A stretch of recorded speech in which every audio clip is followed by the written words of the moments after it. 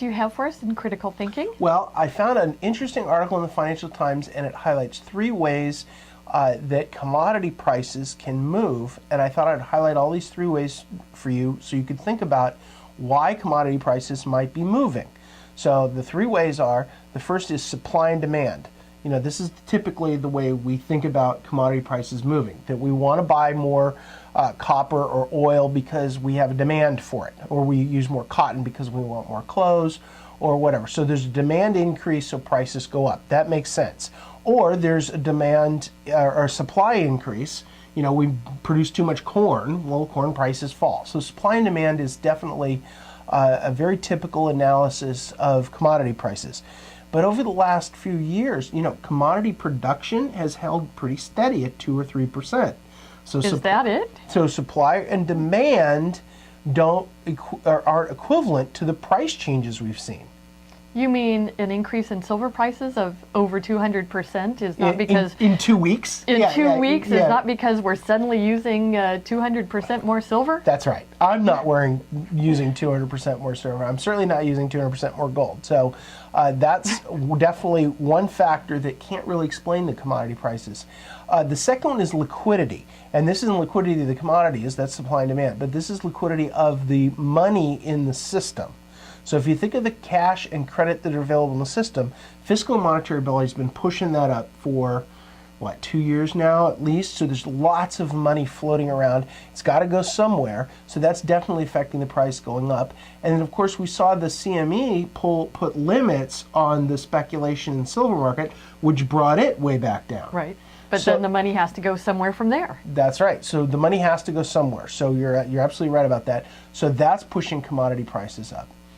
Now, there's the third factor, which I think is the most important, is psychology. You know, there's no way to put a net present value on the price of gold. It just doesn't have, you can't do it.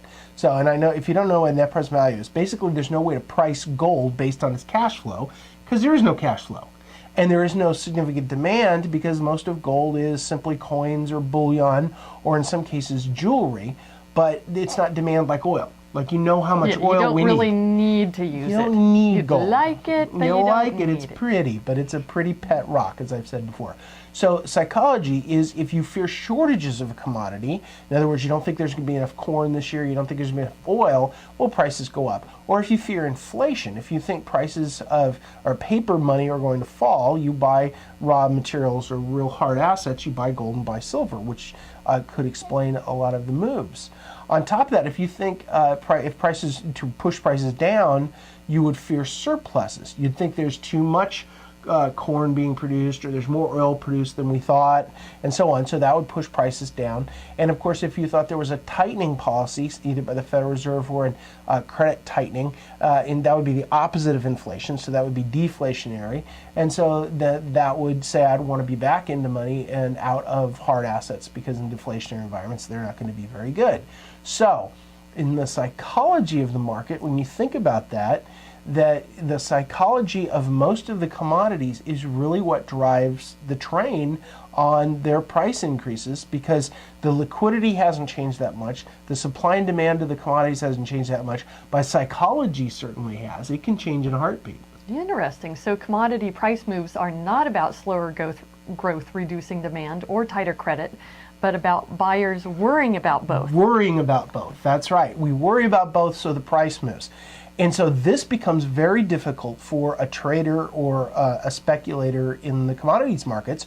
And I don't call them investors for good reasons. You're not an investor, you're a trader or a speculator. Is it that investors? Not to me, it's not. It might be called that on some other show, but not on mine. So if you're trading or speculating in the commodity markets, what makes it very difficult is you're really betting on the psychology of the people in the markets. Groupthink, and that can change in an instant, and there's hardly any way to predict it. I mean, there really isn't a certain way to predict it for sure. So it's the 3 ways: supply and demand, liquidity, and psychology. Of that, psychology is probably the most important, and it makes it very difficult to be involved in commodity markets. And what's your takeaway? So the takeaway is an investment in commodities in the short run is a bet on the psychology of others in the market. So if you think you know where prices are going, what you're really saying is you know what people are going to think in the future. And as the FT said in the article this week, there are no one-way bets on moods, and that makes it tough for the speculators.